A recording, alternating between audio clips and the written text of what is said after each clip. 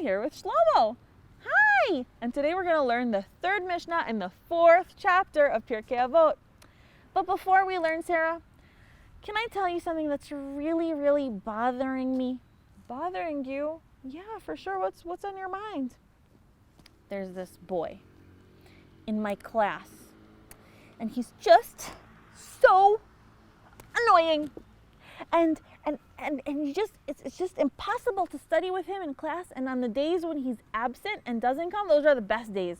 Those are the days when the teacher can teach and it's nice to play in the yard. And when he comes, it just like ruins my day. He's so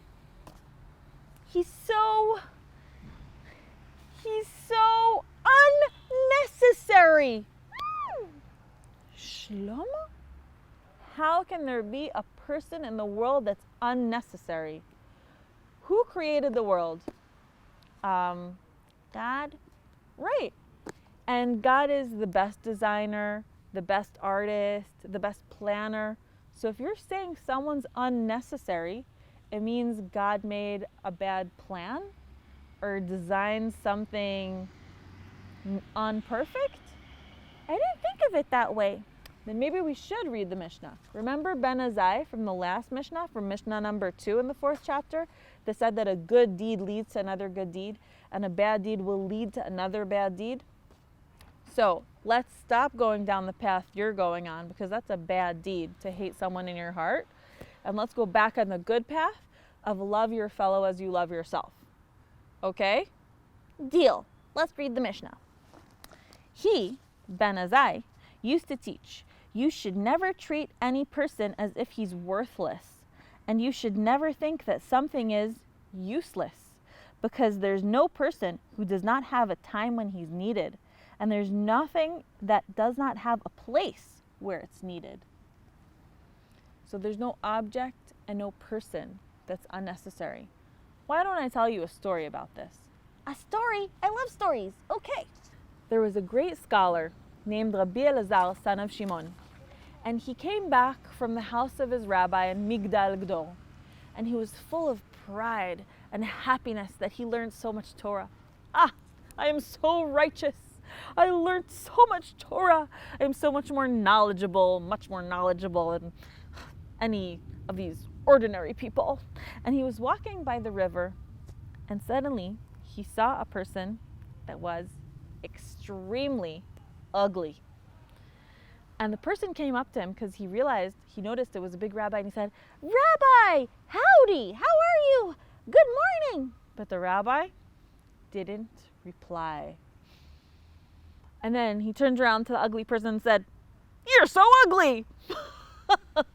"Is everyone in your city ugly as you?"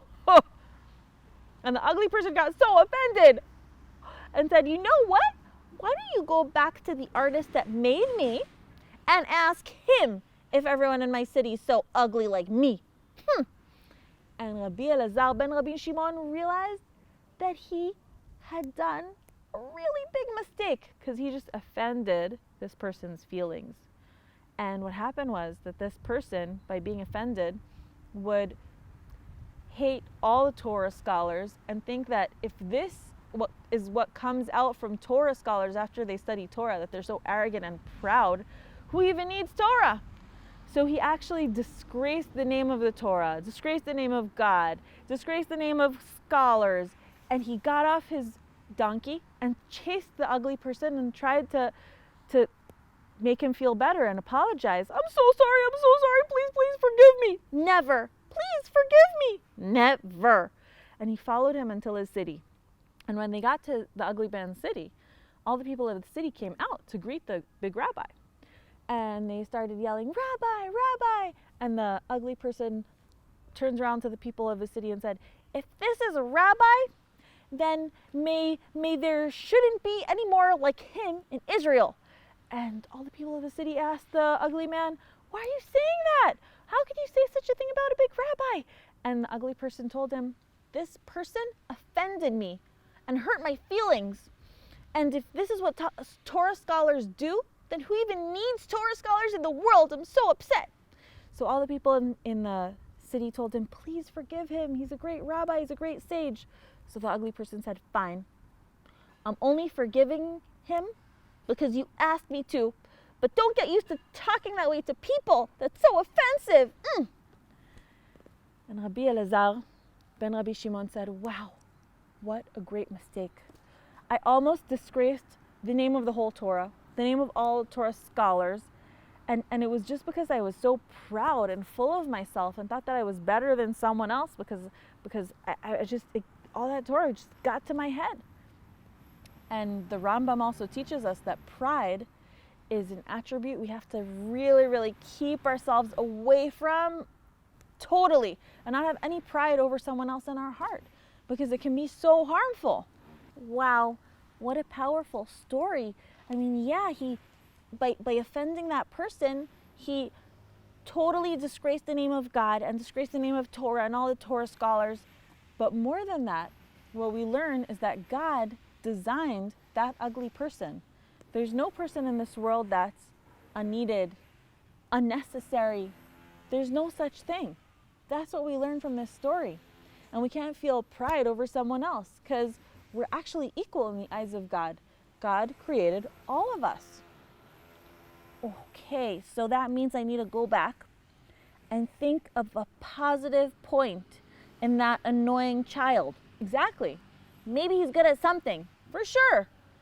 Maybe he's good at chess, or maybe he's good at soccer, or maybe he sings nicely, or maybe he's just funny.